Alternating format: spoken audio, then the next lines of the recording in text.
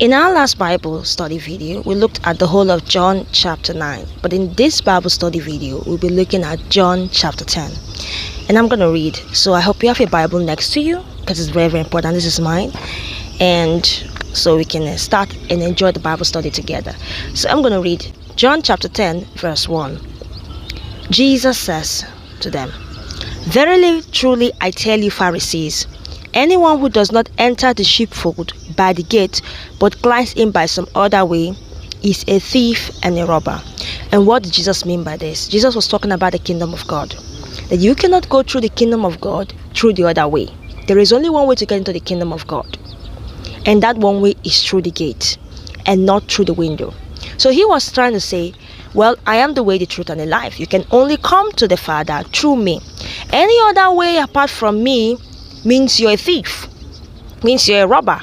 And that means that you are not entering eternity through me. You cannot enter.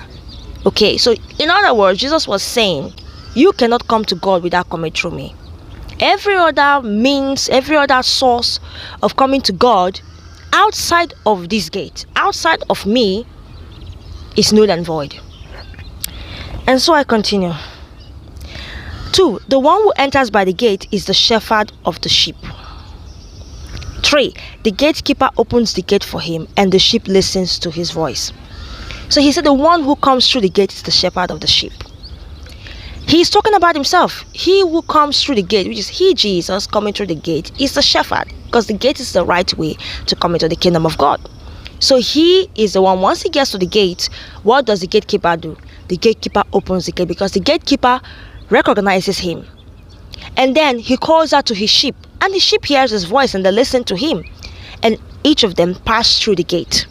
So what Jesus Christ is trying to say, he's trying to tell us and the Jews, the people of Israel, the Pharisees, that look, I am that shepherd who is walking through the gate, and the gatekeeper is my Father in heaven, God.